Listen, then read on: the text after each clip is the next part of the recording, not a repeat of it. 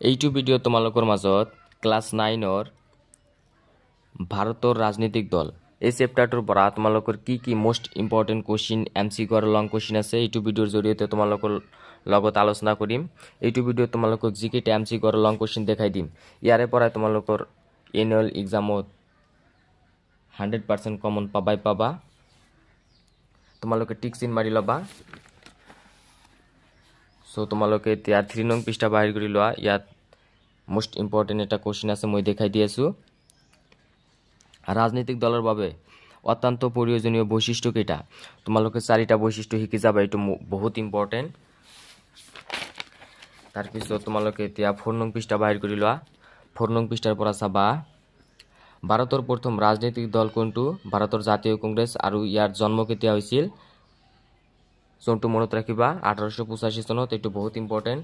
তাৰ পিছত ভাৰতৰ জাতীয় কংগ্ৰেছৰ সভাপতি প্ৰথম সভাপতি কোন আছিল? এইটো বহুত ইম্পৰ্টেন্ট। তোমালোকে মানুহজনৰ নাম মনত ৰাখিবা, উমেশ চন্দ্ৰ বেনাৰ্জী। এতিয়া তোমালোকে 5 নং পৃষ্ঠা বাহিৰ কৰি লোৱা। ইয়াৰ পৰা তোমালোকৰ এমসিকিউ কোৱেশ্চন আহিব। মুছলিম লীগ কেতিয়া গঠিত হৈছিল? তোমালোকে চনটো মনত ৰাখিবা 1906 চনত। তাৰ পিছত প্ৰথম সাধাৰণ নিৰ্বাচন কেতিয়া হৈছিল ৰাজনৈতিক দলত? তোমালোকে চনটো মনত ৰাখিবা 1952 চনত। ইয়াৰ পৰা তোমালোকৰ এমসিকিউ বনাই দিব। মই যিবিলাক দেখাই দি আছো ইয়াৰে পৰা তোমালোকৰ কমন পৰিব।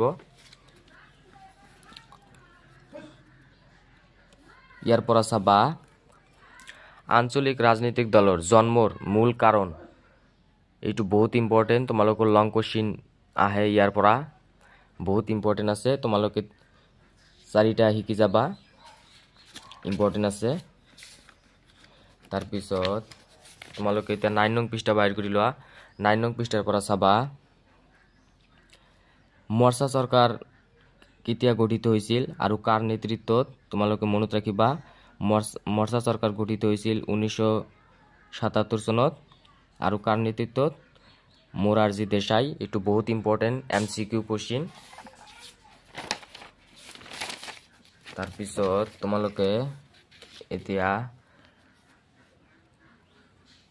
12 নং পৃষ্ঠা বাহিৰ কৰি লোৱা।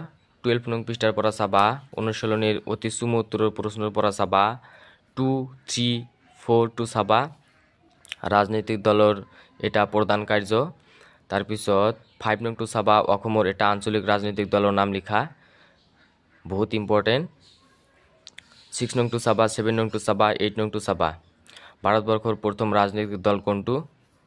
এইটো মনত ৰাখিবা ভাৰতৰ জাতীয় কংগ্ৰেছ, বহুত ইম্পৰ্টেন্ট আছে। তাৰ পিছত 9 নং টো চাবা আৰু 10 নং টো চাবা। তাৰ পিছত তোমালোকে চুম উত্তৰ দিয়া ইয়াৰ পৰা চাবা মৰ্চা চৰকাৰ কাক বোলে আৰু মৰ্চা চৰকাৰৰ 2টা গুণ আৰু 2টা দোষ চাবা, বহুত ইম্পৰ্টেন্ট আছে। তোমালোকৰ লং কোৱেশ্চনৰ বাবে চাবা দীঘল উত্তৰৰ প্ৰশ্নৰ বাবে 2 আৰু 4 টো চাবা।